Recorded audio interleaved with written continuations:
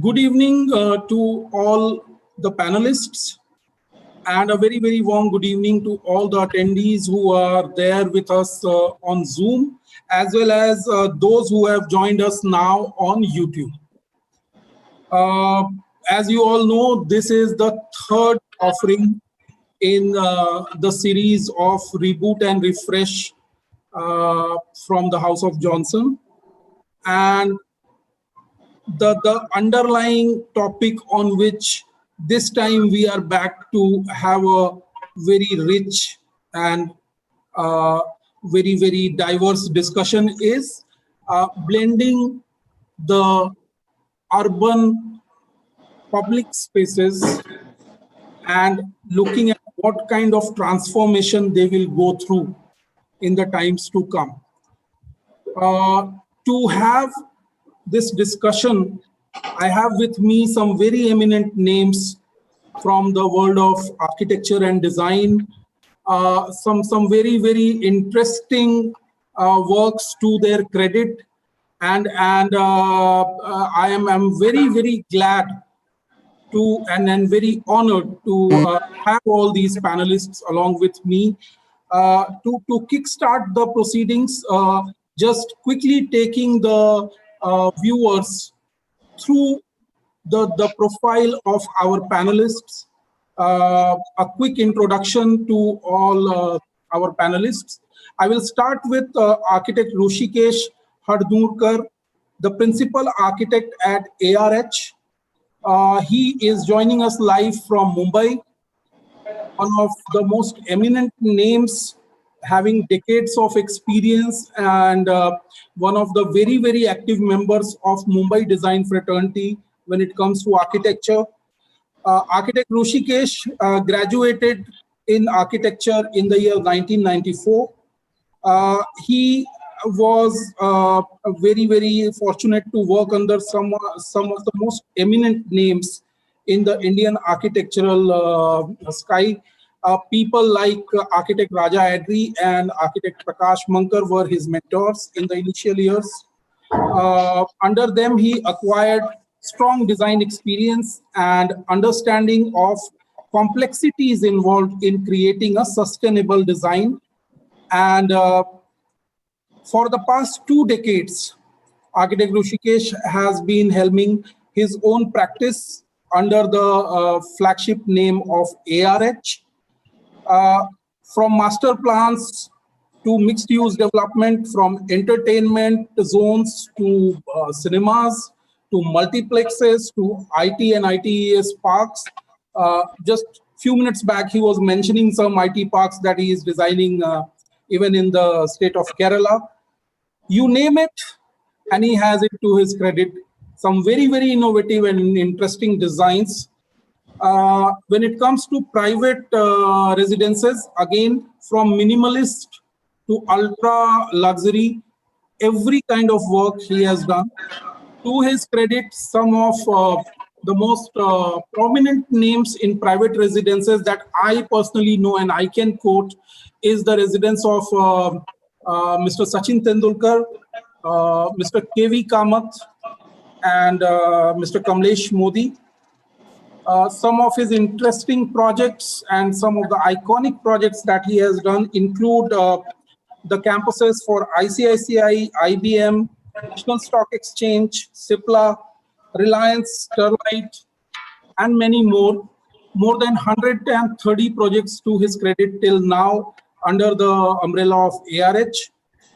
And without any doubt, some of the most unique and timeless structures that he has delivered in the past 2 decades to the Indian story of growth. A very warm welcome, Architect Rushikesh, on the panel. And it's always a pleasure to connect with you. Moving forward, my architect friend from Kerala, Architect Brijesh Sajal, sitting in a very, I will say, green setup on the World Environment Day. So wish you a very happy World Environment Day, sir. He is the founder of DAC, which signifies Design, Art and Culture. a very, very rich experience of more than 15 years. DAC is more of a consortium that designs projects from residential to commercial to public realms, all kind of innovative work these guys have been doing under the umbrella of DAC. He has been one of the key contributors to the concept of design ashram, which I am very sure and I'm very excited to learn more from all of you, which is an initiative, I understand, to augment the passionate designers under one roof and focused more on connecting people and bringing in design ideas and brainstorming and a lot of design thought coming in. So a very, very interesting concept. He has been one of the founding members of another very interesting concept, which is called VAT, which is World Architectural Travel. And this is one of its kind, a very unique, highly architecturally curated tour of more than 50 destinations across the world. Now, we might have visited some of those iconic structures as visitors or just for sightseeing, but from an architect's eye, it's a totally different perspective, I'm sure. So possibly one of its kind and most exclusive, because I have not heard much about this kind of initiatives in the recent past.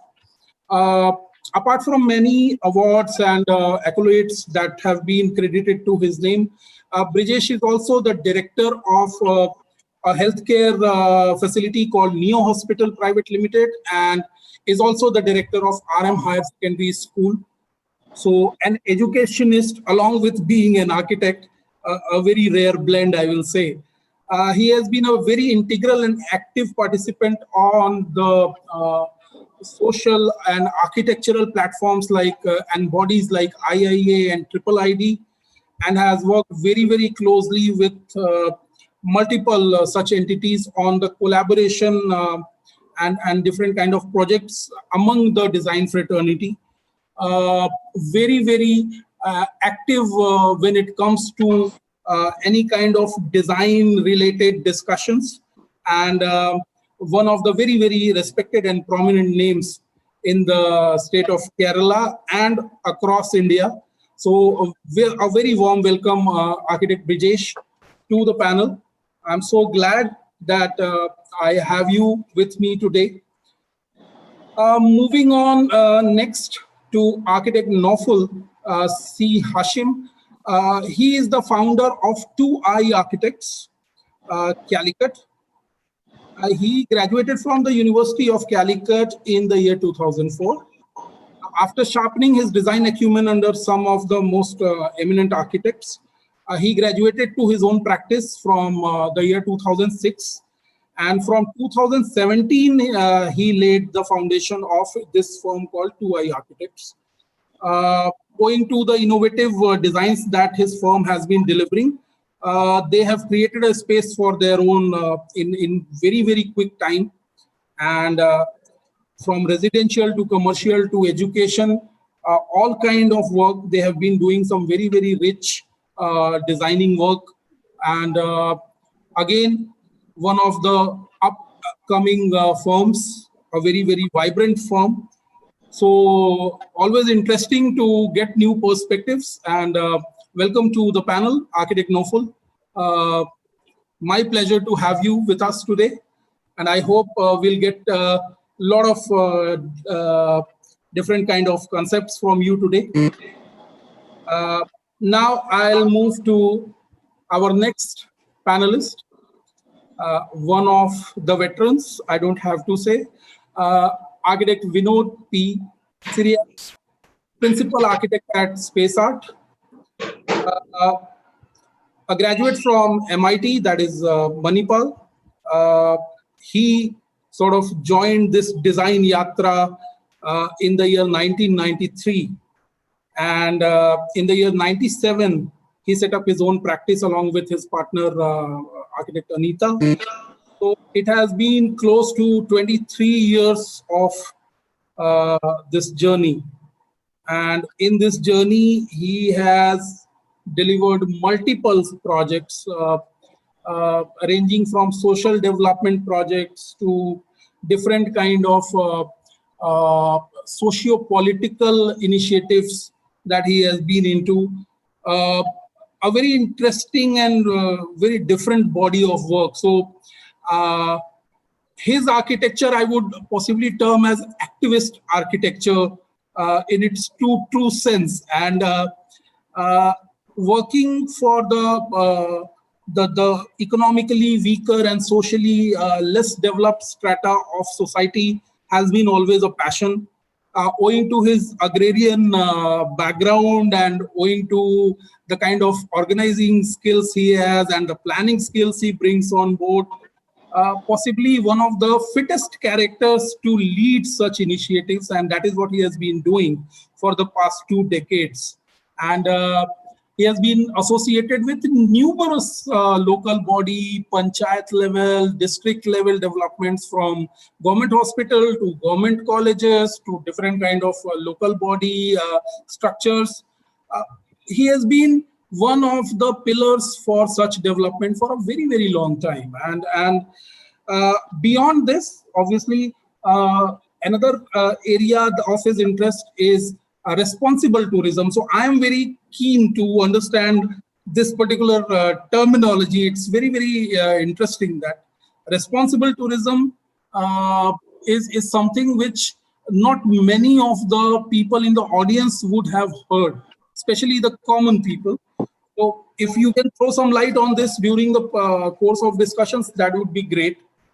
Uh, a very passionate kickboxer.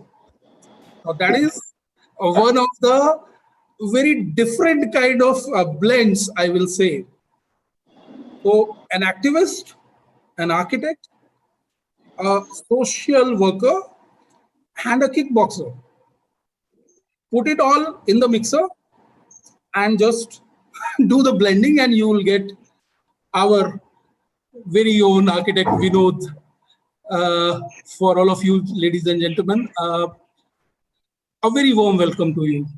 Always a pleasure connecting with you. Thank you, Harsh. Thank you very much.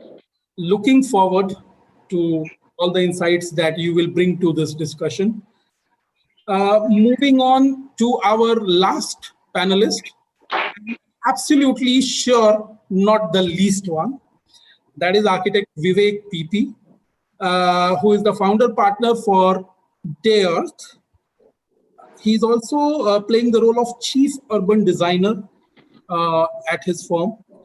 Owing to his extensive skill and knowledge in the area of urban designing, he has not only worked in this particular stream, he has also acquired a postgraduate degree in this from the National University of Singapore in the field of urban design after completing his bachelor in architecture from NIT Calicut. He is known in the design fraternity for his social and cultural approaches when it comes to architecture. And he has led several such associations and public initiatives over the past so many years in this regard. A very active and prominent member of bodies like IIA and IIID, where he has been office bearer for, I don't know, ages, I will say, possibly. I have always seen him in some capacity or the other in the chapters of IIA and IIID. He's currently also playing the role of a treasurer for the IIID Calicut chapter.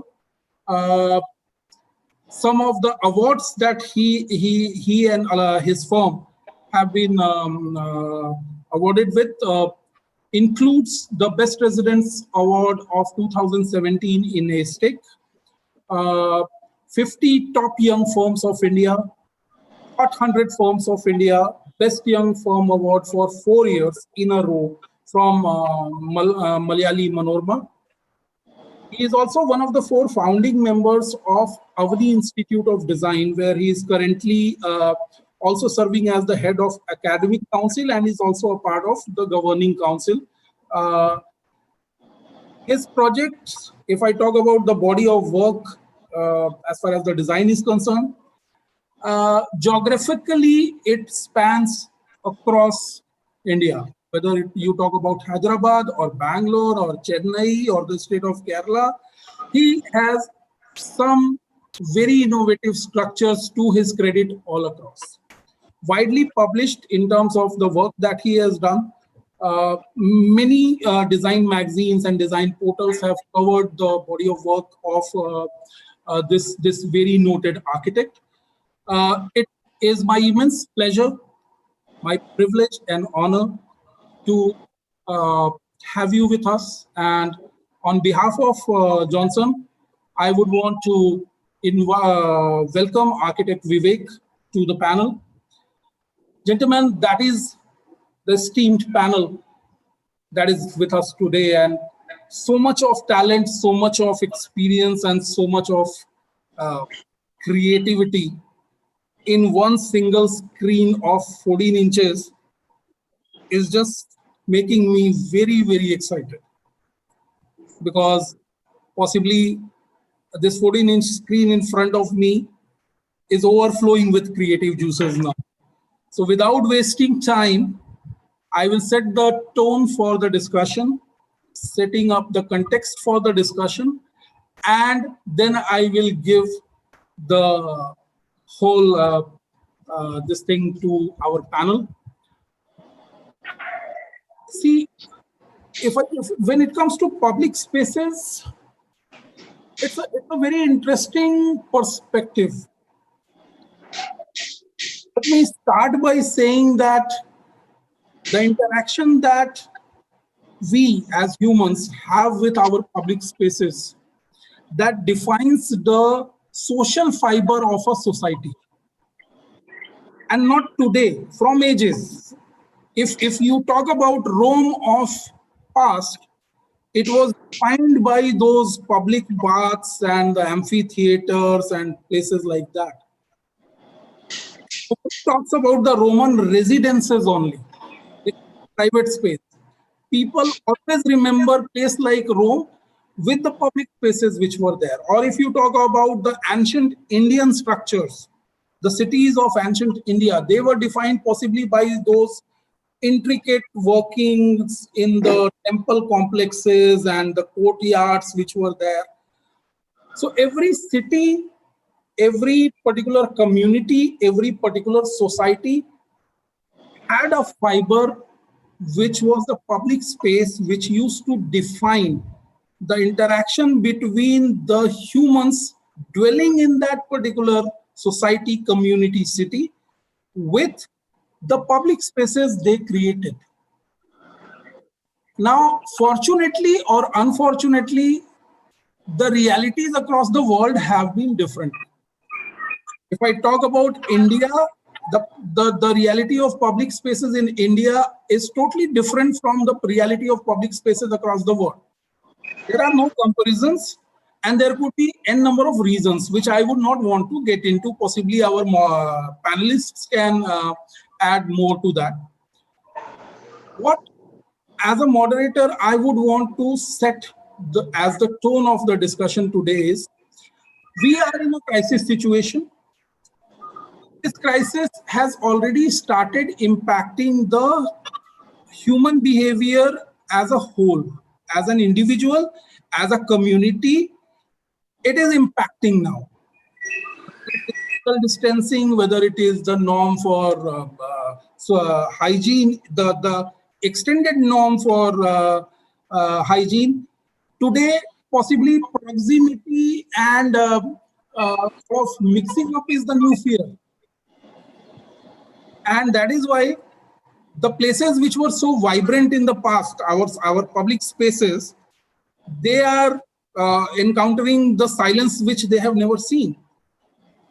So I will first go to architect Rushikesh and start with him as to his experience regarding the public space design and how he sees the future shaping up. this specific episode of COVID, is it going to have a midterm impact, or is it going to have a transformational impact on the way our public spaces shape up from here? With this, I move to architect Rishikesh, and over to you, sir.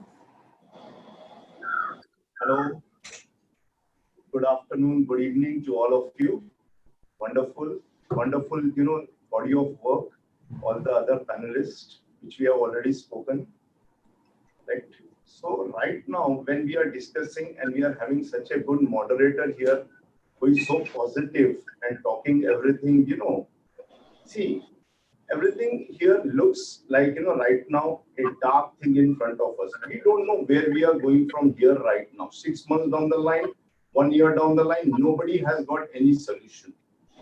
Correct? And this is right now a stage where we think so architects and planners and all these kind of people have a very big role in creating this society.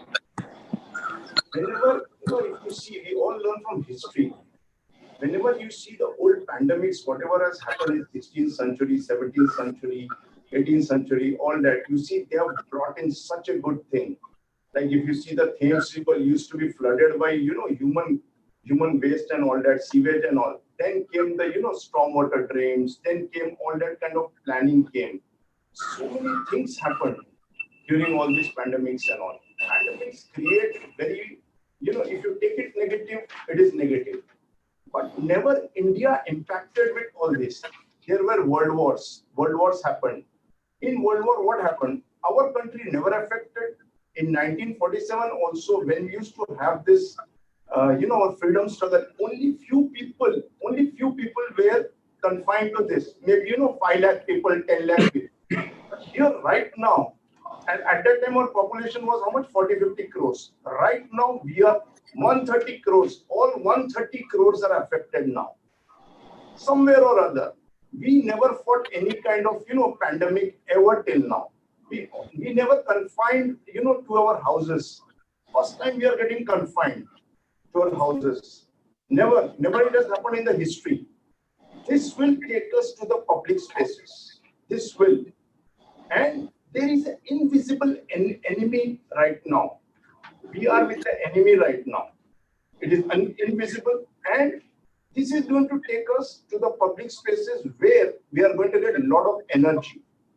There will be a social distancing and the hygiene thing, what we are learning from all this we never had in our country. This is what is going to take us to the, next level. And I'm very confident about it that there should be nothing, should be taken as negative here. And we all, as a panelist and all of us, what I can see here, there's a positive thing here. And we have to take this whole architecture, public spaces and all, where people will be in mobility. There should be cyclists, there should be people walking there. People should be out of their houses. Right now, when you see children, from 3 months, they're in their houses, in their flats, they have never gone down into their societies, they have never gone to the play schools. All schools are here. These are all the public spaces right now. We don't know how the classrooms will, how the classroom will start, how the colleges will start. No student has got any idea. There where, we will come into picture. Public spaces will create a lot of energy and a lot of positive energy in that. This is what I think. All right. So positive energy takes me to architect Vinod. Sir, I have a very interesting statistics in front of me, and I would want to sort of initiate a discussion with you basis this before we move forward. Everybody right now is talking about World Health Organization, WHO. Somebody says I will pay to them, somebody says I won't pay to them. So those controversies apart, there is a very interesting statistics that they had published, which says that 9 square meter of accessible, safe and functional green open space is the desirable requirement per person when it comes to open public spaces. Now, if we see the current availability in India, Mumbai has 1.28 square meter per person open green public spaces available. Bangalore has got 2 square meter per person. Chennai has got zero 0.8 as against the 9 square meter desirability quotient defined by a body like WHO. Now, there are various countries across the world which are obviously having green spaces more than this requirement of 9 square meter. We somehow have our own realities. We live in a different world, and we can't deny that. Now, a place like Mumbai, which is already hard pressed for space, when the new social distancing norm comes into play, obviously the need for supply of public spaces has to go up. How do you see this shaping up? Harsh, What's your take? I want to come. Yeah. See, right now, exactly what you have said about Mumbai, here, the percentage what you have given is, pathetic. No children here have got parks here. Like, when we were kids, we used to go to, some kind of lakes, we used to sit with your cousins, relatives and all that, making some home food and all that. Then came the, multiplexes, malls, then, other things and all that. They dominated us. Right now, when you go to New York, you've got the Central Park, that is 800 acres. 800 acres. What is 800 acres? In Bombay, you don't have even 20 acres, one single park. And that park is not allowed also. There's a racing course there in Bombay at Mahalakshmi where no common man can go. Correct? It's not like other city. Mumbai is in, pathetic condition in public spaces. People go to Marine Drive. People go to all that. There also you see, there's no place to sit also. There has to be some kind of, public spaces where it has to be done like the world cities have been doing. Like, like Regent Park is there in London. Then there is, that Butterfly Park. There's so many things are there in Paris. People come out with their families. There's nothing in India. You just go to the mall. That is our only time, leisure time. This is the Bombay condition. And I know about Kerala and all. You guys are blessed. It's a God's own country. Calicut and all that is fantastic. I know that. But Bombay this is the reality of Bombay. We don't have any public space. To that extent, I think that's one side of the story. Moving to the next slide, a quick take from architect Vinod. Okay. On this.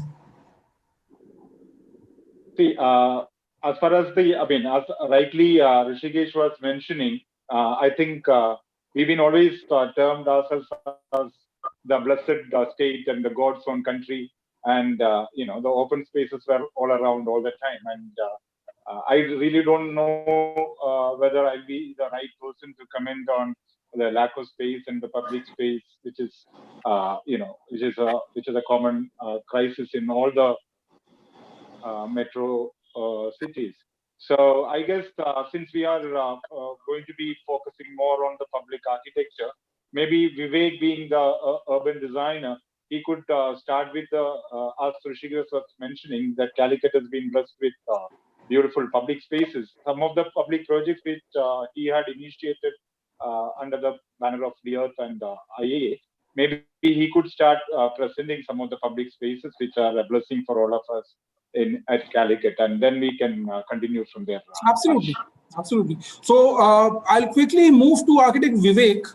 I guess there is something very interesting in terms of the body of work in store that we are all excited to go through. And my request would be if you could throw some light on the kind of public space design work that you guys have been doing, and the collaboration that we were talking about. If you can help audience know a bit more about it. Thank you, Harsh. Thank you. It's a pleasure to be among all of you, and good evening, everybody. And I think when you talk about the post-COVID situations, what retains all of us, or what sustains all of us is the togetherness. It's a time where it's not just it's a time for physical distancing, but social togetherness. So I'm not with the word social distancing. It's only for physical distancing and social togetherness. The future, if you ask me what about the future is very positive, as Rishikesh has told. But future is also about collaboration. Future is about being together for each other. Future is about sharing. Future is about caring, and that is the tone of the public spaces. And what I would like to share here is the story of a very special relationship which transformed the public spaces in and around Calicut. So it's not about one firm, or it's not even about 4 firms, but a collective of architects, a collective of firms under IIA Calicut Center, for which I am right now the chairman actually. I'm not the treasurer of the IIIT right now, it was last year. Right now I'm the chairman of IIA Calicut Center. And we have been working hand in hand with each other, and also with the representatives, public representatives, also with the administration, to bring about some inspiring changes at many levels. So architecture in public spaces, what I see is not about design alone. It is about engagement in everyday basis, like how you negotiate through life and challenges. It needs a lot of patience and endurance. So for us, it's been years, and the transformation is now very evident. Like the people have more sense of ownership, city regains its identity, people become aware of the civic sense and collective aesthetics. Students get inspired to learn from the collective environment. Public spaces get more and more engagement. Art and culture, literature, and everything get back to the streets. People meet and greet. So there are a lot of possibilities. So I'll just share the screen and show you how various firms in Calicut probably have been trying to do that. So this is a small presentation on the side. Yeah. So this is a presentation of works of all these 4 firms put together. At times we have been working as independent firms. At times we have been working as collective firms. At times we have been working as IIA Calicut Center. And this is something very, very unique to Calicut. There is a great level of camaraderie among the professionals in Calicut.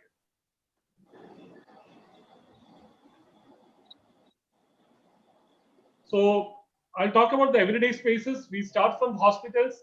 Right now, architects are contributing to the COVID work that government is initiating here. We have taken up at least 5 or 6 hospitals where we can help them design the COVID triages. And all the 7 government hospitals around are being taken up by different offices. And we are also doing some home for homeless, which is also taken by different other offices in IIA Calicut Center. So all the people from the streets will be taken into a very good place for them to stay during this time. And that is also designed by architects. But this particular project, I think, is done by Vinod and Steve at Space Art.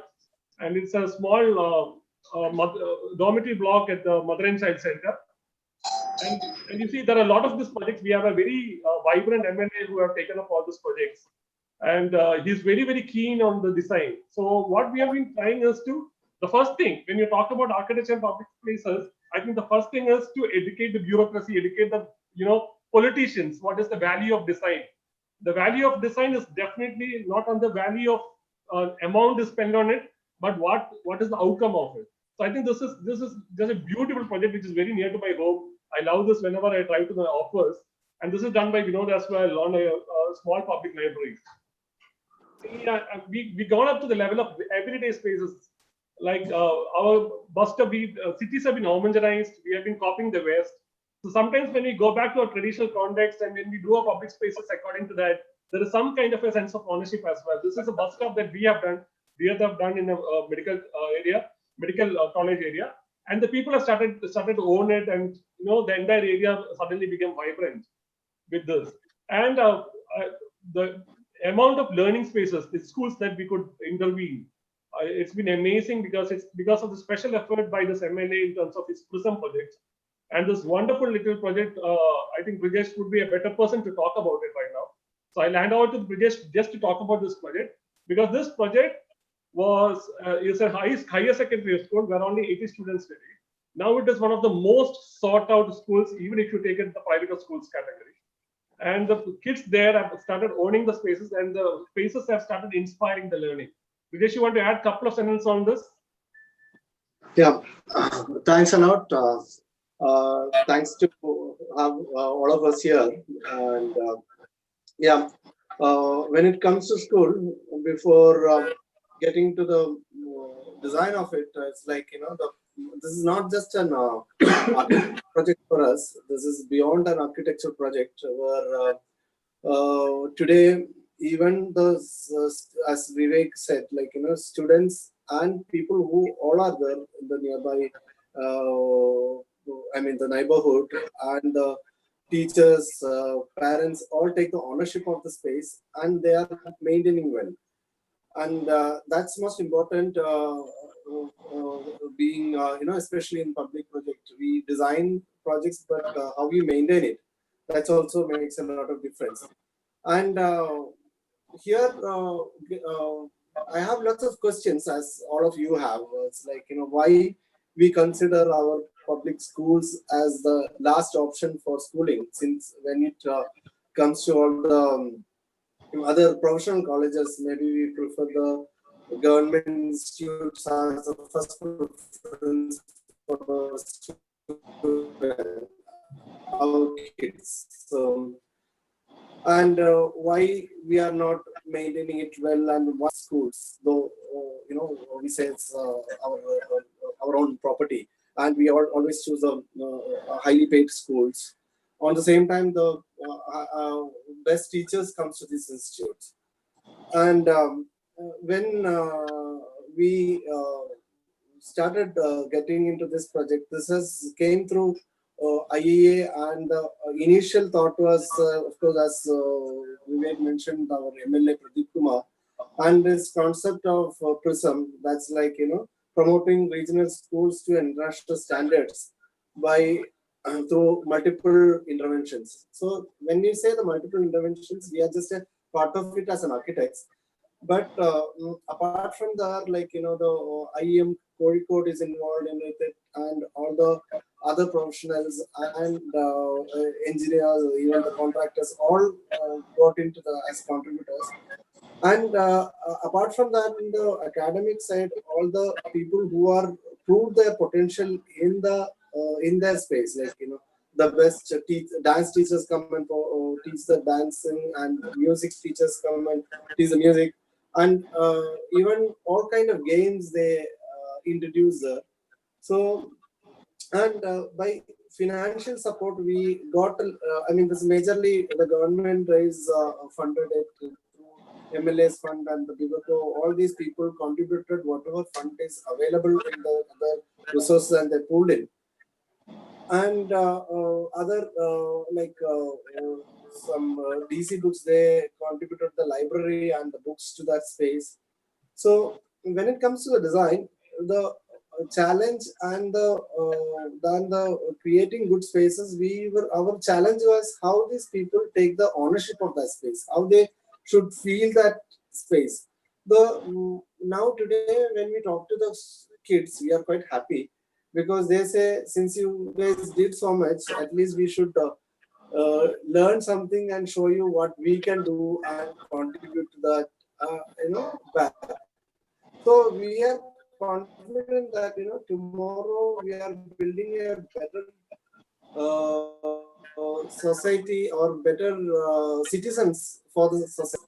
And in the design, since it's an environmental day, and first of all, my apologies to the Mother Earth, whatever we did so far. And as the lockdown period, we really learned what we need to relook into that. And these are the kind of projects we can proudly show to people, like, we did some project. Other, like, I have lots of other project which is like, maybe award winning and other I don't know, luxury projects, which is like, I feel it is I'm not really happy to showcase to the public. Rather, this is like, yeah, we, we are adding to the total social context. So maybe along the lines, I can put a few thoughts again. Vivek, please. Yeah. So continuing from there, I'll take another 5 minutes to show what we have done in general. So we have done a lot of this schools, and almost all the architecture firms are working on one GERM in the school. And the transformation that is going to make in the school, in the students, in the society, and the school doubles up as a library space for the old in the evening, it becomes an event space in the weekends. And suddenly there is another level of activities and economics that comes to the schools. So these are all various schools run by The Earth and Space Art and TUI, and there are other firms which are doing government schools as well. So it's been wonderful opportunity to work on this. And the next major area that we could work on is the cultural and leisure spaces. And this one particular project, Freedom Square, which we are working on, DF is working on, was an old stage where the historical events of Calicut have taken place. So there was one stage and there was a backyard. So we bifurcated those two stages, and the center we gave a heritage history walk. So when somebody come in and you walk through the center, you have the entire history of Calicut inscribed in it. So you're already also creating a destination out of an event space. So that is also creating a new identity for the place. And I think if Naufal is there, I think he would be a better person to explain on this, because Calicut is blessed with an 8-kilometer long urban beach. I think it is the second longest in India after Marine Beach in Chennai, if I'm right, because it's the 8-kilometer long, and we have taken a master plan for the beach and understanding how each little point can work. So this one done by TUI is a family-owned beach. Then we have a sports-owned beach, which is done by DF and Space Art. We work together. We work in single firms, so it's altogether different dynamics out there. And then this is a cultural beach, and the fantastic that happened here as a cultural beach is there was this lighthouse, historically important lighthouse. You can see the old stage as well, and it was not open to the public for years, for decades. I studied in Calicut for like 20-25 years. I've not seen this public space being open to the public. And suddenly we came in and we could transform it to a open space. And we put a little open air theater. We came up with multiple stages, and that became the stage for Kerala, India's largest literature festival. And the people were thronging there. The literature activities kept coming there. We all were there. All the forms were there. And we could transform the city as a palette of art and literature and culture. So art and literature culture literally came to the streets. And you see that dumbyard, once a dumbyard, the lighthouse, and how that lighthouse actually transformed into a very active public space where you can tell stories to the people. So we were very excited about this transformation.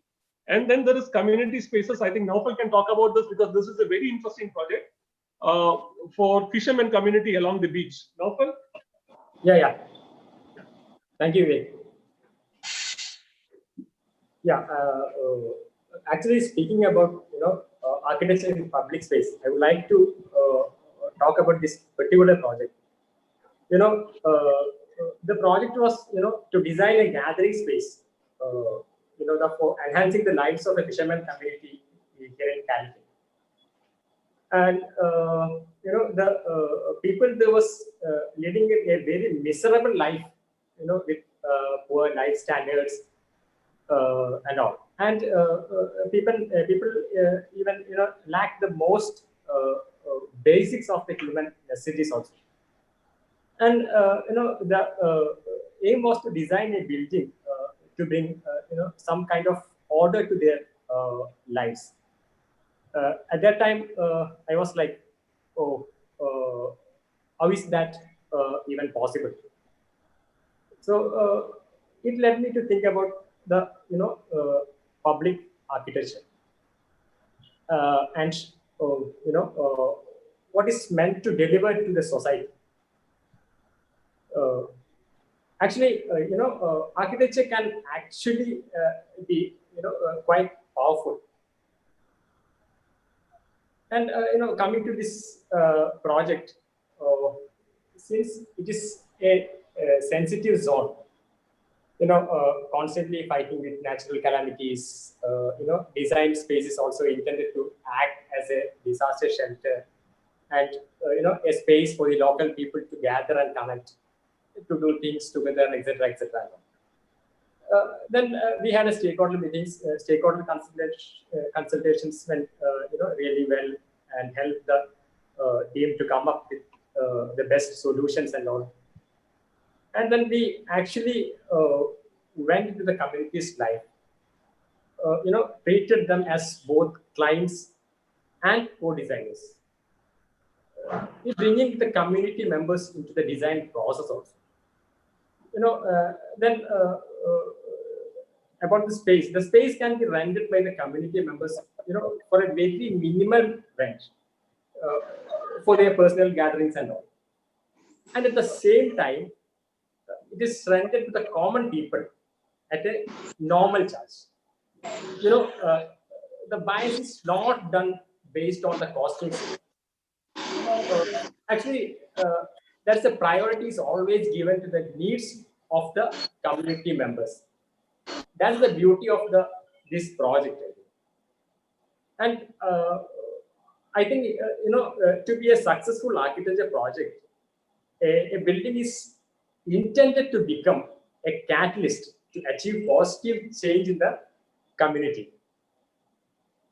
That is not only in the time of crisis, but many years into future also. Thank you. I'll quickly finish this before I get back to you, Harsh. I'm sorry for taking some time. So then we got a few heritage streets, and this is the wonderful space where Brigades office is now working. And he came there. There were a couple of other designers who came in there, and then he also came in there, and they together transformed this old streets, which are not active, into very vibrant art and tourism location. And that's something that we are doing in Malabar as well, some other places where DSN Spaces are doing few projects. Like there were old heritage streets now transformed into very active spaces. Now this is a work in progress, and how these old streets are getting back with some kind of an energy. And together we have been not only working on the city spaces, but we have been working on calamities.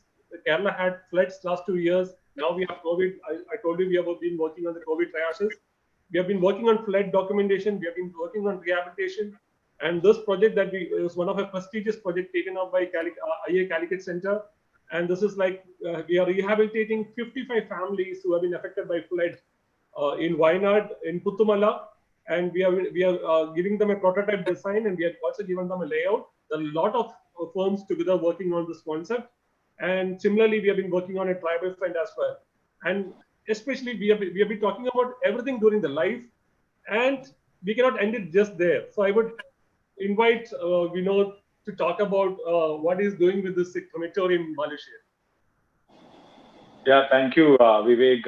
Harsh, don't you think this is like a relay race and people are I think, but we'll just and ignoring the moderator as well as a guest of honor? Do you think we are becoming too much of an activist? Yeah, the moderator is enjoying the show. Okay. So shall I continue my running, please? Absolutely, absolutely. All yours. I never realized that, this kind of an enthusiasm to do entire group. I mean, activism was an individual motto and a forte. But then now I guess people have taken it into everybody is taken into their heart, and the kind of enthusiasm which is fuming from all this voice, it's really heartening to see. Because I pushed all these three into the public architecture in a big way. In fact, there were stages where I felt quite miserable. I felt guilty that these guys are totally involved in so many community projects which was not benefiting them financially. It was all the projects which I've gone, all of them are in a pro bono kind of outreach program. So, but then finally, end of the day, when they present their project with so much of pride, so much of commitment, so much of, sincerity and depth about serving the public as an architect, it's really heartening to see. In that sense, from the first project, which was shown as a maternity hospital, which is a place of birth, now we have reached, we passed through the youth, the adulthood, basically the schools and the meeting places, the auditorium, the beach, all these kind of projects have been shown, and we have reached the place where the death is kind of celebrated. It is done. It is just a function in a public space. If you consider crematorium is just a public, that is the end of the story. That's the end of your role. But then we thought, crematorium need not be exactly a place of sorrow. It should be a spiritual sanctum of solace instead. So the MLA again, so the beauty of all these projects are, initial days, yes, we had to educate the people's representatives, MLAs or corporation or your councillors or whatever. But then eventuality right now is the entire public projects of the state of Kerala. Every MLA, every councillor, every mayor, they all want the architects to take up projects and make their constituency or make their particular city a beautiful place. And whatever buildings or even the public places which are supposed to be done, they all want the architects to be in place. Of course, it is a struggle to survive and make a balancing act there. But then somehow, as Vivek was mentioning earlier, collectively, together, we've been able to do that. Individual firms never could have done any of this. So handling this particular crematorium again by another MLA, another panchayat, and it was a small hillock wherein they wanted the crematorium on top of the hill. There is a plateau, there is a flat space. But then when we were working on the design, or rather when we visited the site, we realized that just making use of the top plateau and creating just a shelter for the crematorium chamber will end up just like any other crematorium. So we wanted a place of solace there. We wanted a place of shanti there, wherein people will just come not only for the crematorium or the cremation purpose, but even for a memorial service, maybe for even every evening for a get-together or a environment day celebration, or anything for that matter. So it is just getting constructed now. It's almost the basic structure is getting ready, and it is almost like a underground kind of a crematorium. Only the pyramid structure will be on top of the flat terrain or the plateau. And that entire zone is actually been designed like an amphitheater, wherein people don't even know that there is a crematorium beneath them. So the whole concept is around the small hillock, wherein people will, and the place is called as a Prashanti Garden. So it is more of celebrated as a meeting place, spiritual place, yoga place, whatever you mentioned. I mean, so it becomes a place of solace for the entire community. Not only, otherwise a crematorium is just visited on that particular day, and it is a place of depression. Whereas we hope that this will be a pride of the city, pride of the people, to the extent that sarcastically, actually, the MLA, when he was proposing the project in the legislative assembly, he was saying, why seeing this place, people should even feel like dying, the place should be that good. So this was the kind of design brief we received after we presented the design to the MLA. So in that sense, I guess architects have a role from the birth to death, and it is only your mindset, it is only your innate activism which is there within everybody. It's just that we kind of suppress it based on our comfort zone, our ambition, our dreams, and whatever. But then we realize it only after you pass through a certain stage and age that your activities were not worthwhile. But then if you simultaneously carry all this value-based systems and contributing to the overall public space as well as public at large, then the other side, the kind of quality of project which you otherwise do will also become so much more richer based on experience, on content, on worthiness, and eventually in the entire journey becomes a celebration. It is not as if you pass through a certain stage and age, then you make some money and then you do some charity. It is not so. I guess for architects, it's a way of life, and balancing act is it's a basically everyone needs to get trained on that and have some kind of an strategy by which you really have a wonderful journey as an architect. And I think it's time for moderator to moderate, and I think Rishikesh, we are waiting to listen to you. I'm done. Gentlemen, thank you so much. Really a very overwhelming experience going through all the work that you shared right now. And if I have to sum it up, this whole presentation experience, I will just say that the designers like you, what you are doing essentially is you are building and bringing life to the public spaces. And by bringing that life to the public spaces, you are helping people to create that emotional connect with their public spaces. And because that emotional connect is getting forged, they are ready to take the ownership of those places. What a couple of you rightly mentioned, that now people are willing to take the ownership. Because till the time that ownership comes, it will not get sort of in the social fiber of that particular community. So the public baths or the amphitheaters that I was talking about, that became the symbol of a particular civilization, because people used to have an emotional connect with them and they used to own it. Just like their own public, their own private space, they used to have that emotional connect with the public spaces. So this is a brilliant work at play, and kudos to all of you for the kind of work you guys have been doing. This is very, very path breaking when it comes to the way things have been. And I have been very fortunate to be in some of the panel discussions in the recent past where I could see the established names from the design fraternity talking about the pro bono work, because this is something which looks like a transformation journey. Now, as a nation, possibly we have started to get on that path of creating beautiful spaces, which was till now limited to a client and designer relationship.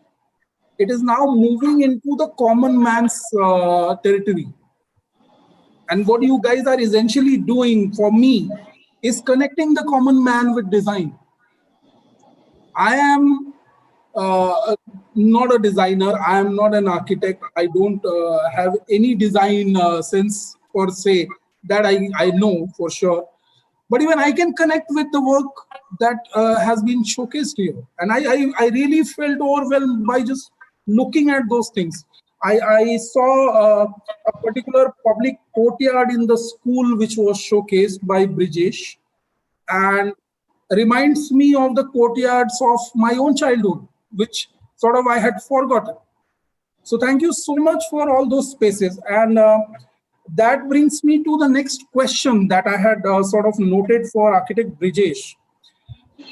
This is a brilliant idea. Absolutely nobody can deny that. Now the question is, the kind of scarcity of space that we as a nation per se have been facing. Do you think this would be a good idea to coin also the concept of co-shared spaces, such as the school courtyards, the school playgrounds, or the rooftops of public buildings getting opened up for other purposes also, for the common man also? Do you Yeah, think that could be another interesting area which could be explored?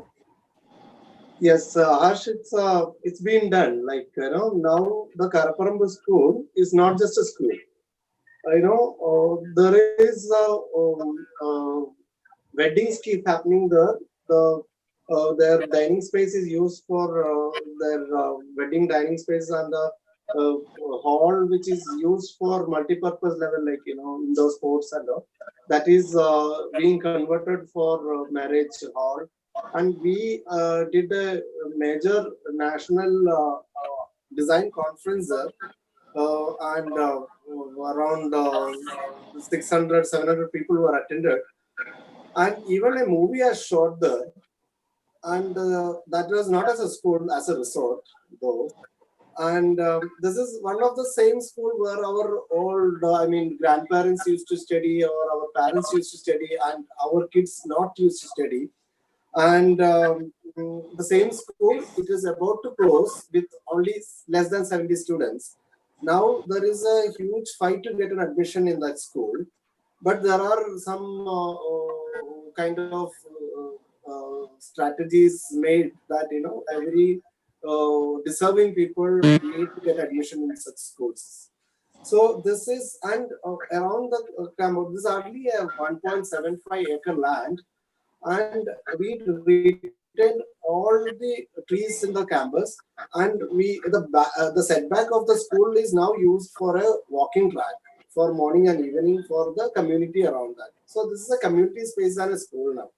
And the amount which is collecting as a small rent to that space used for the maintenance of the space. That's why that's still like looking fresh and new. So that's your thoughts are in the right way, and it's already implemented and it's going well. Yeah, because somewhere I do feel that such a beautiful creation should benefit a bigger section of society than, say, a privileged few. Even if the privileged ones in this case could be students, but possibly it can benefit maybe 100 or 500 more people. So that would be a better, I will say, utilization of a particular resource which has been created without sort of harassing the nature the way we have been doing. Now, some very, very interesting. Yeah, please, you wanted to add something? Yeah, no, you try to incorporate the various section of the other creative people in terms of we created some free where the artist came and did as a theme, artist Riaz Kumu and his team did a beautiful wall inside the campus. And we also did in the urinal front, we also created a blackboard for all the kids to start drawing. Those are the spaces we always did our creativity in the young ages, though it is some other purpose, but today they are using for developing their creativity and just adding to that. Superb. So I'll now direct my questions to two of our panelists. First, to architect Vivek. This is a brilliant thought, but how do we scale it up now? I am looking forward for, possibly you guys must be planning already, but I am excited to know how do this get scaled up to a national scale, because the whole nation possibly is in need of this kind of work. So any plans going forward to sort of get it scaled up? You are on mute. Can't hear you. Yeah. The idea is to collaborate. The idea is to understand the potential of collaboration. Correct. And what we need to understand is, see, whatever damage that is done for our public spaces, in terms of city planning, in terms of negligence to our public spaces, in terms of over-occupying our public spaces, has not been done in a day. It's not been done in few years. It's been done ever since the Industrial Revolution. It's been done for decades. So whatever plight that Mumbai is going through, or the Bangalore is going through, the Delhi is going through, it's because of last few decades or centuries of undoing things. So what we need to undo is a lot of things, lot of this errors right now. So this effort, if it has to scale up, it has to go nationally. It will take a lot of patience, a lot of endurance, and a lot of educating, a lot of this education, a lot of this awareness. As I said, the political now. The first thing, I think the media need to stop celebrating mediocrity in terms of design. People need to understand what is good design. A good design in a public space is not something is visually good. It is something that you can engage with. So a visually good sculpture, a visually good park, and you have this big fences all around because people don't want to go in there and and then to spoil it. And that is not good public space. A good public space is where people have to engage with. So that is where you need to start the connect. So this awareness has to get into each politician, each each panchayat, each municipal corporation, each corporation, and then architects should understand that the role of architect is not just in designing and giving away the drawings. It is about negotiating all of these people together to come out with a workable, functional space at the end, and which is sustainable. Like what Brijesh said, it is not just about building a space and giving it to the community. You also should have a plan on how the community is going to maintain it and get to a longer span of life. So, as an architect, you are going above being an architect. You're being an influencer. You are being an influencer of positive energy or positive life of a greater for the larger good of the community. So I think this has to go on. From Calicut, I think it is going. More of architects in Kerala is doing it now. I think it has to go on to outside Kerala. It has to, India needs it. India needs it. Absolutely. And the kind of heritage that we have, even in our current cities. I come from a place which people regard as the oldest city, possibly Varanasi. So much of cultural heritage lying there. I was so overwhelmed to see the kind of restoration and rehabilitation of streets that you guys have done. Really commendable, and I can see that scaling up to all these cities, and if a multiplier effect can be applied by making it a mass movement, I think this could actually change the social fabric itself for the country. I think I just want to put one more point in this context. When you say scaling up, we can see a lot of projects being forced upon the community. We can see a lot of projects being forced upon the city. Somebody deciding in a closed room and getting forced upon the city. The Delhi Vista development is something like that. It has been forced upon there by some lot of decision makers. So what we are saying, if the correct way of doing a public space or a genuine way of doing a public space is to be inclusive. A public space belongs to everybody. It belongs to the stakeholder. It belongs to each and every single citizen. So we have to be inclusive, and we have to understand we are designing for them. We have to. It's not that we are giving them a privilege.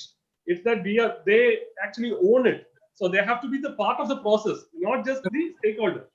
They have to be part of the design process. The ownership will only come when you make people part of the decision-making process. Otherwise, ownership, I don't think ownership can come any other way. Now, I will jump quickly to our cross-regional guest, and he has been sort of very patient in going through the whole presentation and taking the liberty of a quick peer review. So, going to architect Rushikesh for his comments on whatever he saw. And architect Rushikesh, two quick queries from you. One, your comments related to the body of work we have just seen now from the four eminent panelists. And two, in the perspective of rest of India and specifically places like metros like Mumbai, how do you see these ideas getting amalgamated into the development process? So, over to you, sir. Yeah, absolutely. I love one of the projects it has shown about that Calicut, the beach thing. Correct, Vivek? Is the beach thing? It was around the beach. Yeah, it is around the beach. Yeah. Vivek, your microphone is off. Sensitive design, amazing. Yeah, congratulations to you guys, because this kind of thing is possible with you guys in that Kerala and all that. But here in Bombay, it's a little bit here because you know that the population and the ratio here is completely different. The education, the influx of people, it's a complete different ball game. You come into the local, you'll understand Bombay. Correct? This is a completely, because I work in Kerala, so I know. But the body of work, as you have asked me, I can tell you that this is one of the best work right now, what I've seen in last 5-6 seminars and all. Fantastic. And I've seen all your guys work, but I love the best one is that Kochi one, where you've made it like a public space, very, very sensitive, and also all of them own the whole thing. Like that's fantastic. And the night view and the celebration that happens there, people are finding that, okay, this is my place, this is that. That is the best thing about public spaces. Public spaces act like a catalyst. You got it? They bring the, energy. You see people, you enjoy people, you go to mall, what do you see in mall? You like to see people also. Now people are carving to talk to people. See, earlier we hardly used to talk to every person for 1 or 2 minutes. Now we are having video calls. Now we are having all that. People are looking forward to, meet people. This is what, I can see. Kerala is blessed.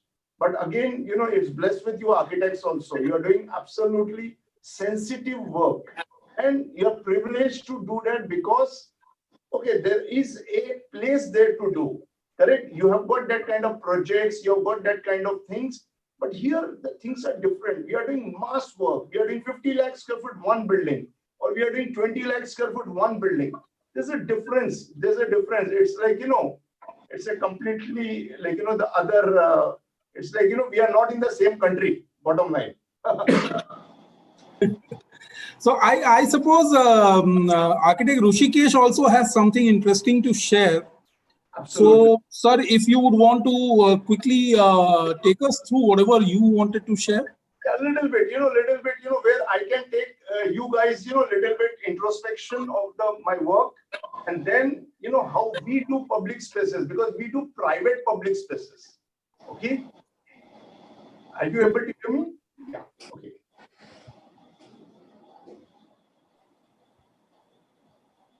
See, now your topic was reboot and refresh. Reboot means like shut down and restart, refresh. This is the architecture in public space. That is what I understood post-COVID. You are bang on there, sir. Yeah. See, this is what I could, feel that what is this urban design that goes into this, spaces that makes plazas. That's what when you go to Spain, when you go to all these other countries, you've got a big plaza there. The whole city comes in the middle of the whole thing. And everything happens there. Any celebration happens. If there any club wins a match, everybody goes to the plaza. But here we don't have anything. Because of the culture. See, one another thing, what our culture has got, we like to talk. We like to have relatives. We have got so many, the Indian culture is like that. Any marriage happens, around 1,000, 2,000 people are there. That is part of our community. That is what, brings us together.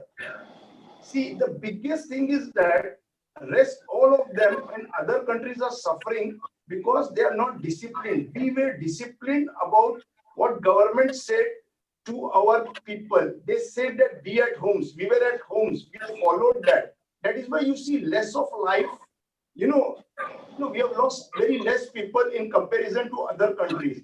See, people may say that, we have got temperature and, maybe, the immunity level, we have got high and all. No, it is not like that. We were disciplined also this time. Correct? Yeah. Then the next slide, what I take you around is some of the, we do very high, bungalows, residential villas and all that. Okay, this is something what we have done in Surat right now, where public spaces, see, this is what happens in Bombay. We create public spaces in between the whole thing, where these are like, bungalows where we have got 2 acres of place we have given to the community. Here where people come, they have got wave pool, swimming pool, all kind of things, everything there. This is what happens here in our design, where we bring in people forcibly. Then there is a clubhouse. This is the culture what we have got in this side of our country. Yeah. This is what it looks like. This is a real project. There's something around 400 bungalows there. And this is the entrance. This is the plazas what we have created. This is the clubhouse. This is what going to be the future according to what I sense. People would like to come out. People would like to, meet people. Would like to, have a weekend homes and all that, especially in place like, Bombay, Chennai, New Delhi, and all that kind of things. Because we are very much confined to our houses. We stay in, flats. Maybe around 1,000 square feet, 2,000 square feet, not more than that. But you have got a luxury of staying in bungalows. You're staying like like a half forest. Yeah, this is what we create here. Some of the public spaces, what we call private public spaces. Yeah, this is what what we create here. Yeah, some of the few images. Then again, we have made one project. This is a service apartment again. This is a builder-oriented project, a Rajan's group. Here where we have created something around 550 service apartments, like 2 of these towers. Is something around totally 10 lakh square foot construction area and all. Yeah. There where the center portion acts like a plaza again. Yeah, this is a real picture of it. This is what it looks like. Yeah, this is what, a introvert design.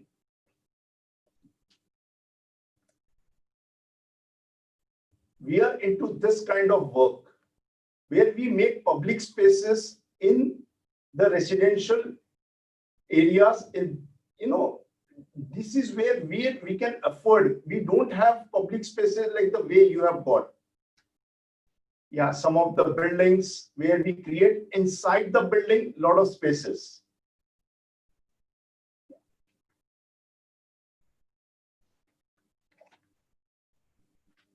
This is what this is again a lot of affordable housing what we are into right now, where this is going to be one of the future for our country. Affordable housing, how we are going to bring in public there inside the inside the each house. People want to a small person also who is owning something around 300 square feet also would like to have a garden, would like to have a clubhouse, would like to have all kind of amenities there. Yeah, this is for a affordable housing what we are creating right now. Yeah, these are the spaces. This is something around each house in Jodhpur, and all what we are doing is not more than 15 lakhs of rupees. Some of them 2 BHK, something around 30 lakhs of rupees. This is what is needed. See, COVID has impacted only 2 people. One is the people who are staying abroad. It has impacted because they are not able to come. And the second is the migrant workers and the poor. See, middle class people, the only thing that has affected it has confined to our houses. It has not really, affected to our overall, livelihood and all that. Now, a lot of people in India are going to be at the, small villages and all till this COVID thing comes out. And government is doing a lot of things like affordable housing and all. Then few of the IT campuses, what we are doing in this is Trivandrum, what we are doing, where one good architect has worked on this, then we took it over from them, where we created a lot of spaces like, see, IT offices and all is a fantastic opportunity to explore and experiment with the private public space for its employees. Yep. Yeah, this is the gate what we created. We got a very good national recognition and an award for this also. Yeah, yeah, this is what is there. Yeah, this is what it looks like in the night. And then few of the other things what we are doing, MLCPs, gardens and all there. This is for Kochi right now what we are doing. 2 buildings where we create again. This is an environment of office stall where 6,000 people are there, IT professionals are there. This is where we are going to create a fantastic green spaces, fantastic larger than life, around 70 feet waterfall. This kind of thing stimulates and revive the campus ambience. Yeah, this is what it looks like, where the construction is on the way. This is few of the things. Now then, the last one, the master bungalows, like, few of them what we do, where this is the one thing what I just wanted to show you guys. This Sachin Tendulkar's house, this is more in demand for to be shown. So just like that, I wanted to show. This is what we have done. This is private villa. Yeah, this is, gazebos and all where we created public spaces. He enjoys here a lot of his good time. It is there in one of his Sachin movie also. This is what we created there. This is in Lonavala. Yeah. Then public spaces in near future. That is what, this is what we think so will be there in public spaces in near future. I hope so, this should not be there, but this is what, because of COVID and all, this is what is going to be there, especially in a highly population places like, Bombay, for sure.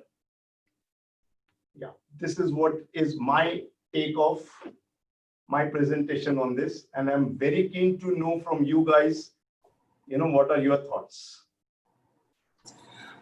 Thank you so much, sir. It was, I will say, really a totally different perspective from the discussion of public spaces that we had in Kerala. So two different realities in the same country. That is what I say, diversity of India. And that is how possibly we are united, that we are so diverse. And despite having different realities, we still get connected, and we exchange our thoughts, and we try and learn from each other, take the best practices from all around, and try and evolve to have a better tomorrow from whatever we have had till now. Very, very interesting. My question again, follow-up question remains the same. Possibly I am repeating myself, but the question remains the same, that why let a few privileged ones have the privilege of these spaces beautifully created by some of the best designer minds? Why not possibly make them co-shared? What are your thoughts on that?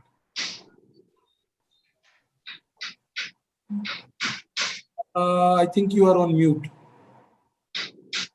Architect Rishikesh, this question was for you. Yeah. Actually, see, it has got a different perspective all around. Correct or not? Yeah, it's a very different perspective. Yeah. Every person has got a individualistic thoughts, and then you have to, give public spaces to a person who is like, the way you said initially, Vivek said, or, Vinod said, like, they have to own it. They have to own it. Then, the connect starts. Then only the, public spaces has to be like, the way it is there abroad. You got it. You go there every weekend. You have a hobby there. Here, we have to develop all that kind of things. I hope so that, COVID brings in all that, because there will be a transformation in a very big way. Initially, the way we discussed, whether it will be a small transformation or this is going to be there only for, till there's some vaccine comes or all that. No, this is going to transform us for sure. So very interesting take on the whole comment that I made. I will go back to architect Vinod now. And there is a statement I would want to add to whatever discussion we have had, that public spaces that were once hubs for vibrancy and activity, they are now experiencing complete silence. And proximity and density are the new fear factors. In the light of this statement, I would reiterate that proximity and density are the new fear factors. Do you think, Architect Vinod, that this is going to have a transformational impact on the overall public space evolution process? Or do you think that this will be just a mid or short-term impact, which will not bring in any transformational impact? How do you see it?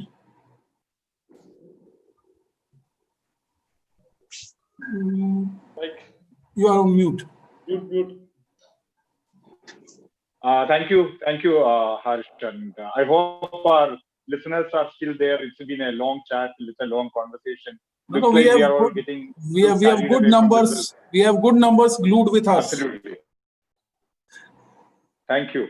So, yeah, I definitely think that it's a very, very relevant question what you asked, and I'm sure it is there in the minds of all the architects, all the designers of public sphere. So, definitely, yes, it is definitely going to change the way people look at the the space experience, and the designers will be definitely, challenged to, or rather, they'll be tested about their skills in containing all these parameters and still give a beautiful space for their experience on a daily basis. I strongly feel that it will, as Rishikesh was saying from the very beginning, that COVID is not going to silence us, or rather, it is definitely going to be positive, not anything negative.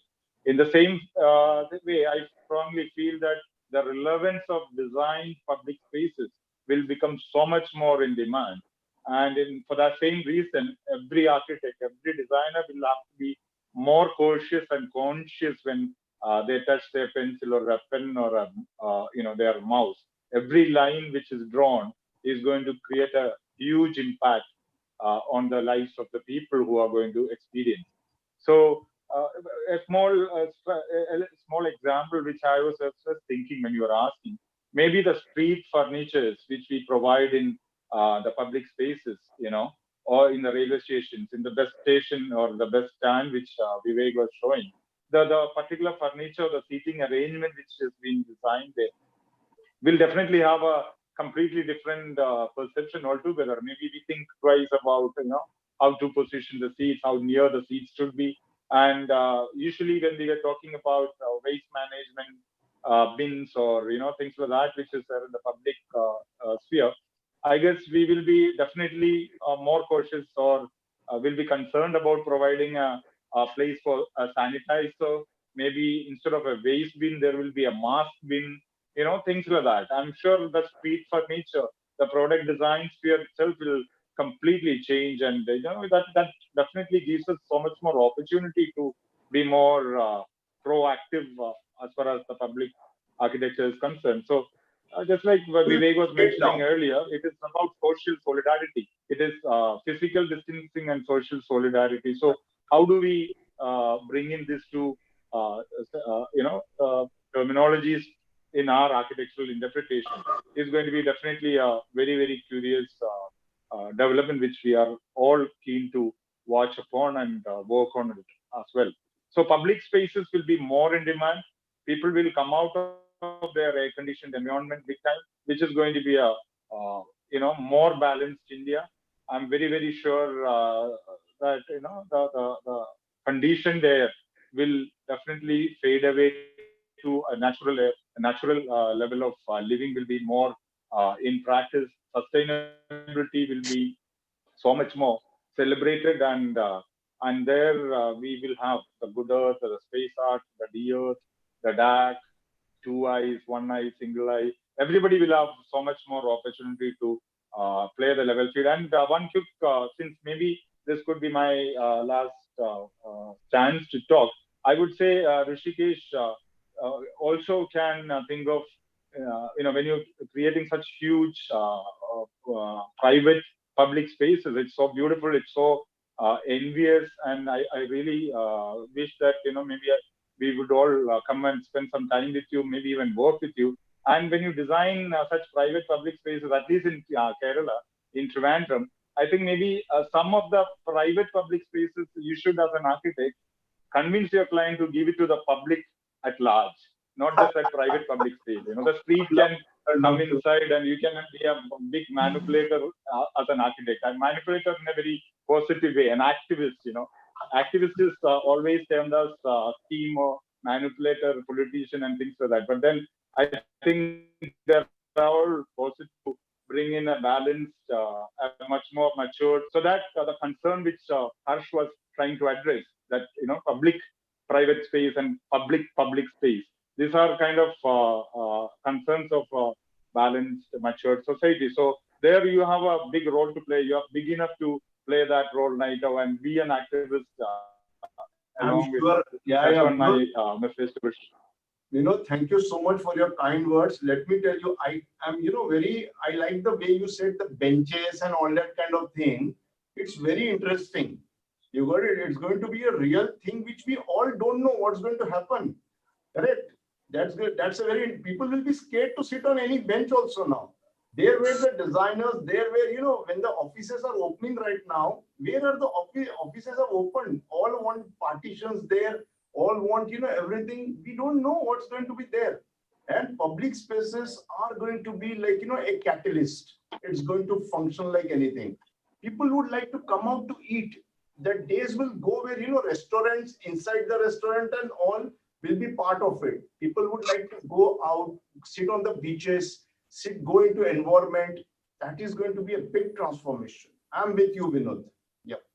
I think a very noble thought. And I'll quickly go to architect Vivek, just an extension of what we have been discussing. So Vivek, my question is very simple.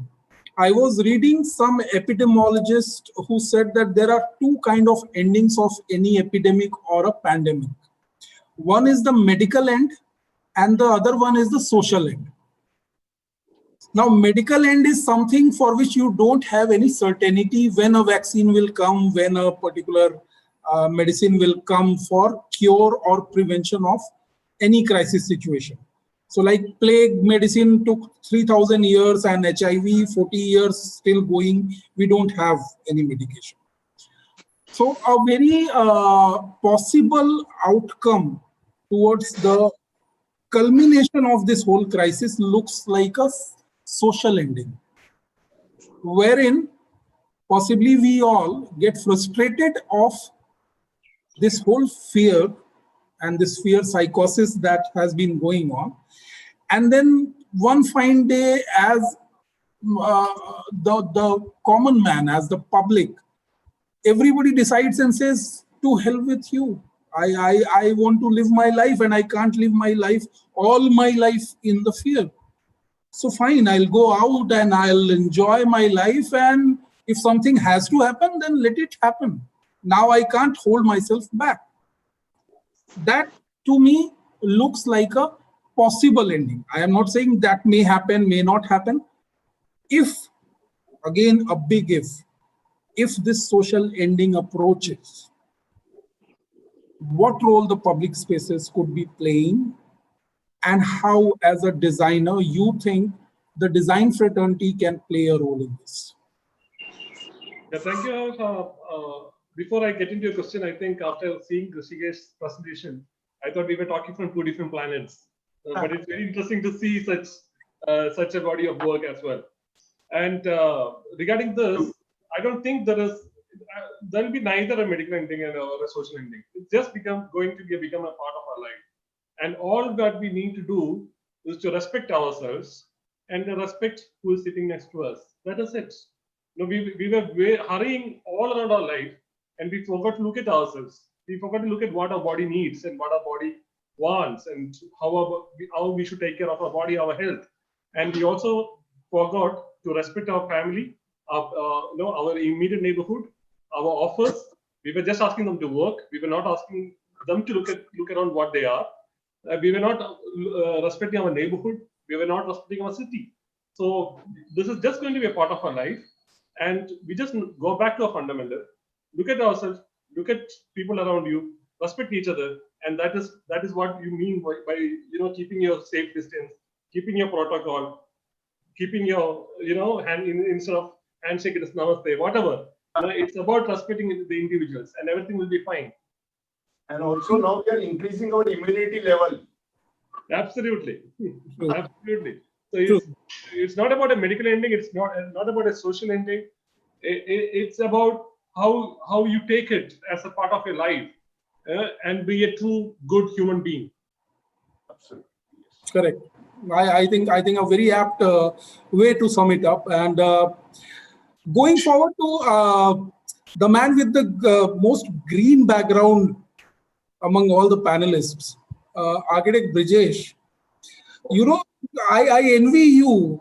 The background that you have, no, I have been sort of dying to get that kind of a background. And sorry to say, but in Mumbai somehow can't afford. Now my question to you, and this is my favorite question, not related to the topic or aligned with the theme, but I would still take the liberty to ask, because this is one of my favorite questions. And the question is very simple, that we have never seen skies more blue, never seen the rivers more clear, never seen so much of greenery, never seen so many birds that I had sort of forgotten. The birds which I see today, I don't know when I saw them last. So the nature seems to be healing itself from all the scars that we had sort of gifted it over the years. Things will go back to new normal or old normal, but they will go back to some normal. When they go back to that normal, how do we retain this positive of this crisis situation? How do we retain that healed planet which is there with us now? What's your take on that? Yeah, and that's, very interesting question. Before getting into your question, I would like to thank Vinod Siriak and Good team to giving me such a beautiful background. And, maybe it's a maybe a unique thing what's going on. Even if you look at the screens here, Vivek, me, Vinod Siriak, all are sitting in Vinod Siriak's design spaces. And he also got a builder division called Good Earth, and we all happy to live in that kind of a space where it's connect to the nature and it's very eco-friendly, and so that's their key, the very sustainable development. And we are happy to be with a well-designed space, and he even helped us to we think a lot when we design our own space, so he helped us to create such a space, and we just move in. So thanks to Vinod Sirek and Uday Chaudhary and the team. And when it comes to the post-COVID situation, or so from my point, we though it is in our generations of one thing which is happened very unfortunate, or we never expected. But in human race, these kind of situation can come because we didn't, as Vivek rightly said, we didn't put our thought really from the basics. If you ask me, I'm from a village, and even a couple of all these people in the panel, they all are from villages. And if all of us look back, or we have a background, as you said, you have a heritage background and stuff, we start building ourselves from or our grandparents took from a basic, and we forgot that basics, and now we are creating our own problems. And architects, we are building boundaries and separating, and we are not considering the totality of our neighborhood and stuff like that. And when it comes to our design, we hardly criticize or engage people or take criticism from other people. Even our media, our magazines, architecture magazines, always, you look any magazines, we always praise our work. And even when I describe about my space, it's beautiful, I say. I feel weird that, I don't know, the other people should say this is beautiful or livable and all. So the criticism need to start, or we should open for criticism, and we should respect the climate and all aspects, and then design. So, and this is a time we need to unite, and we, as you asked Vivek about, like, how we make it into a bigger platter of. So we are trying to connect with other our in the state level we have an initiative, national level we have an initiative.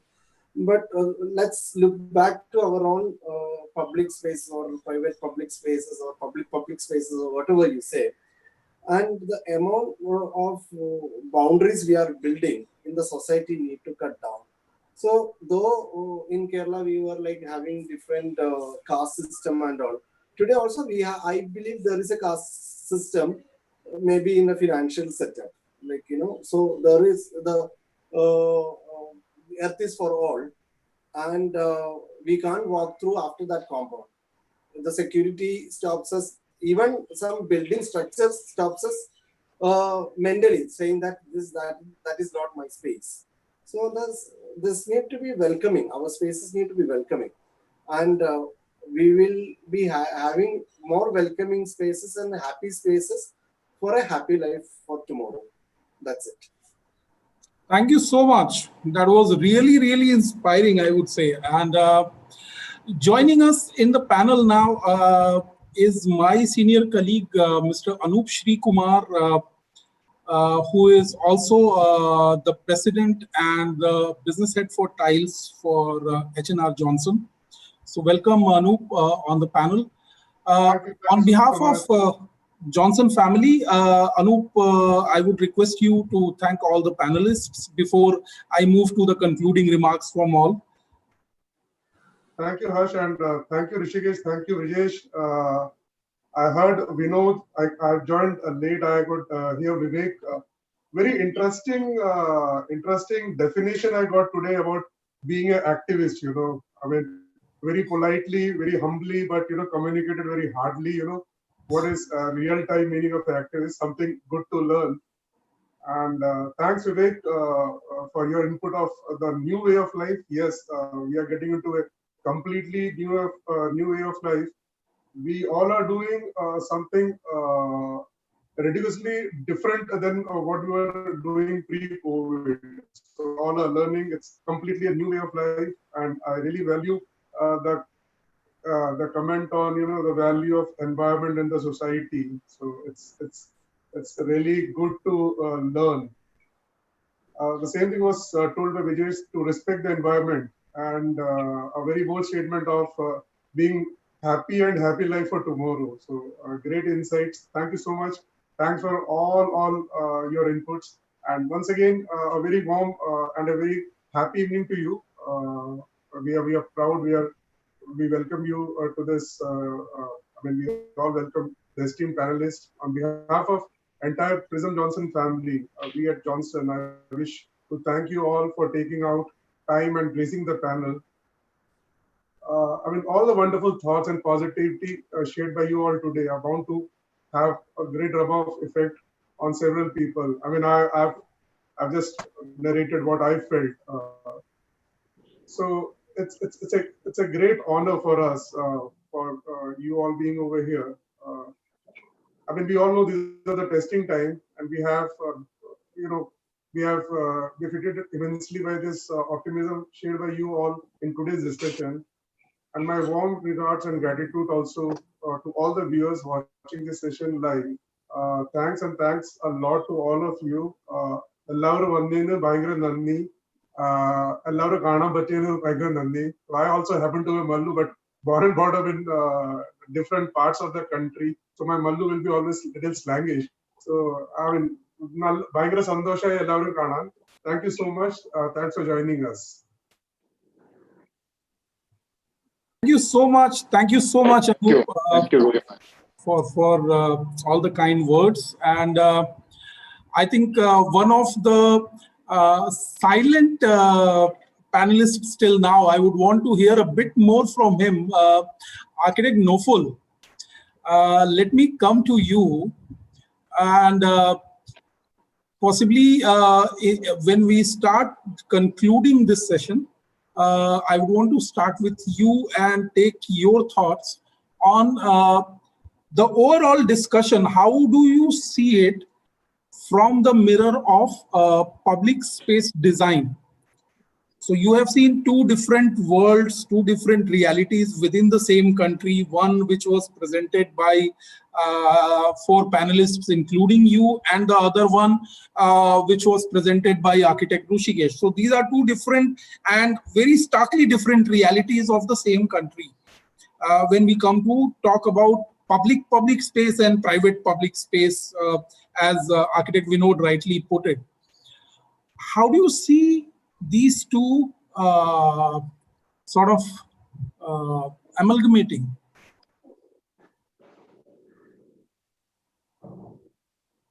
I think architect Noful is disconnected. I think he is. Oh, did we miss Noful in between? His connection got disconnected or something? Yeah, I can't see him in the panel. Maybe some technical glitch.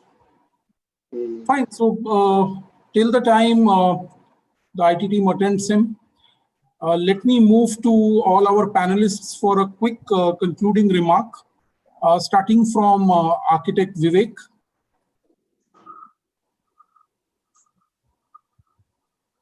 Architect Vivek, over to you.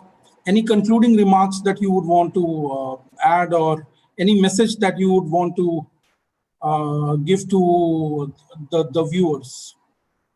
Am I audible? Yes, yes. So architect Vivek, can you hear us?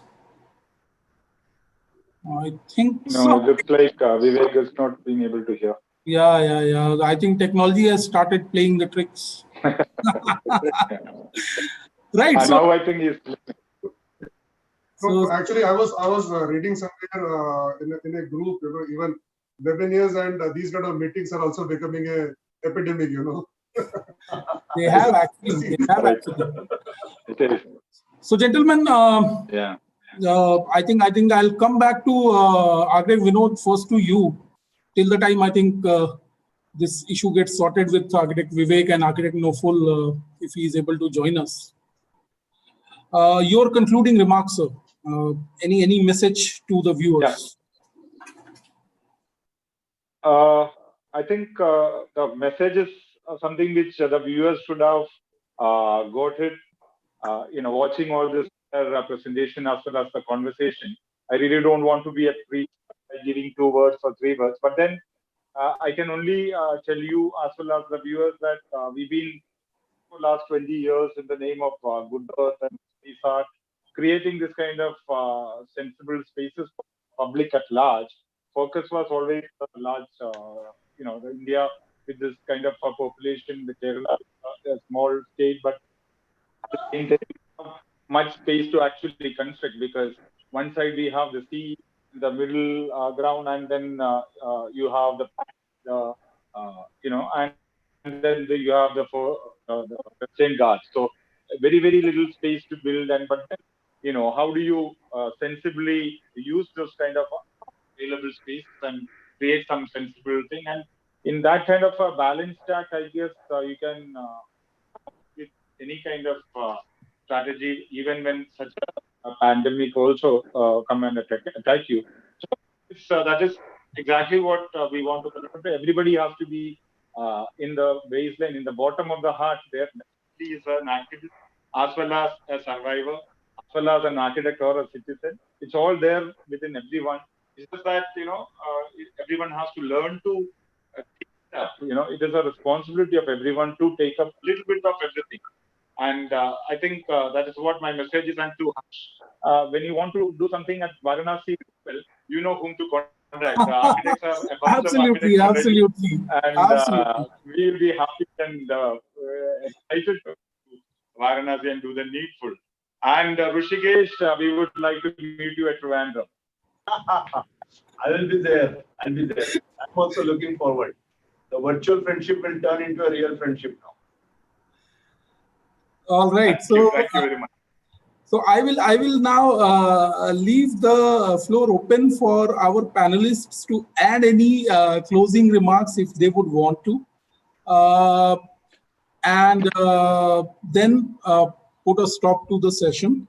So if Architect Vivek, you would want to say anything, or Architect Roshikesh, if you would want to add something as a parting message for our viewers, please feel free to contribute. I personally feel that, there will be a lot of future, lot of green cities kind of thing. That will be the future if this continues for a couple of years, or we don't know. If this goes away in 6 months or 2-3 months, then it will be a different story. Otherwise, Mumbai will need something like like Central Park or something like that, and it will happen because usually all the pandemics are the reason of innovations. That would be like my concluding word. So I think finally technology has been a bit kind, and we have Architect Noful back with us. So Architect Noful, I'll come back to you quickly, and if you can unmute yourself, if you are able to unmute, we would want to have a overall view of yours on the whole discussion we had, and any concluding remarks that you would want to add.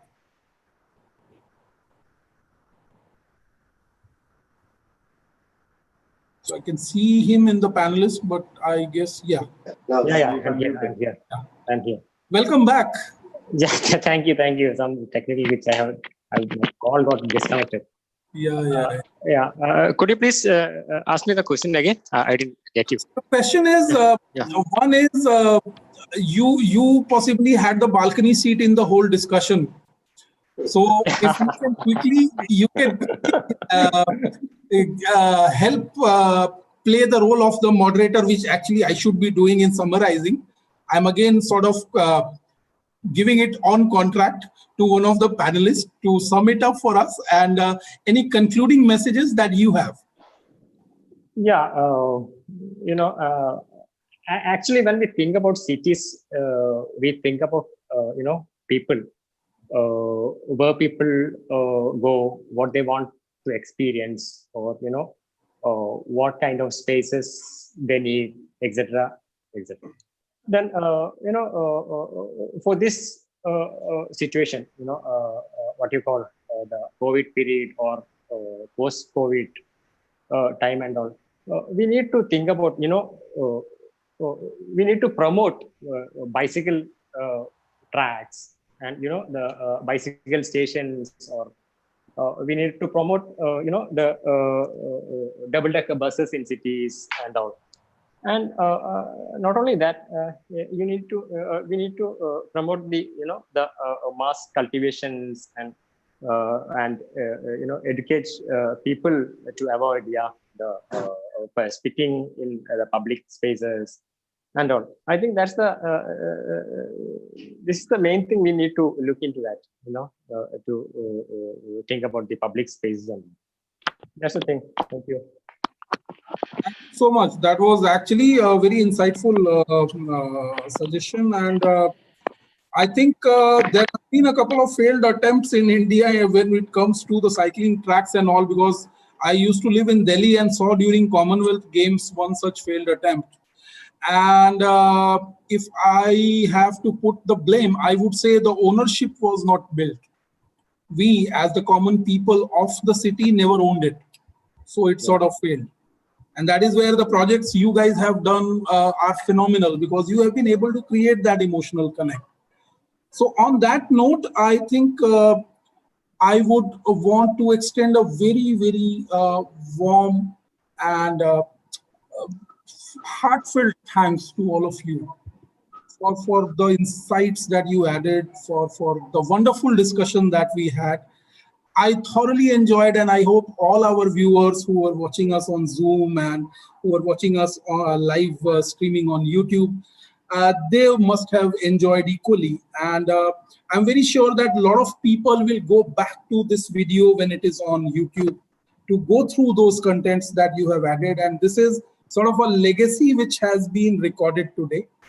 And I'm sure a lot of people, including the students of architecture, will go back to these presentations and learn from them about the responsible architectural practice how I would want to put it. Thank you, gentlemen. It has been sheer honor and pleasure knowing you, looking at the work that you have done, and couldn't have been more thankful to all of you for gracing this panel. I hope you enjoyed and hope to see you soon. As one of the panelists aptly said, social distancing is there, but we are more connected and never have been more connected possibly. So have a nice evening, all of you. Enjoy your kappa and Thank you. Mean curry. Kappa and mean curry.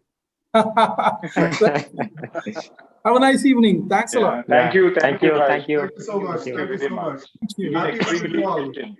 Yeah.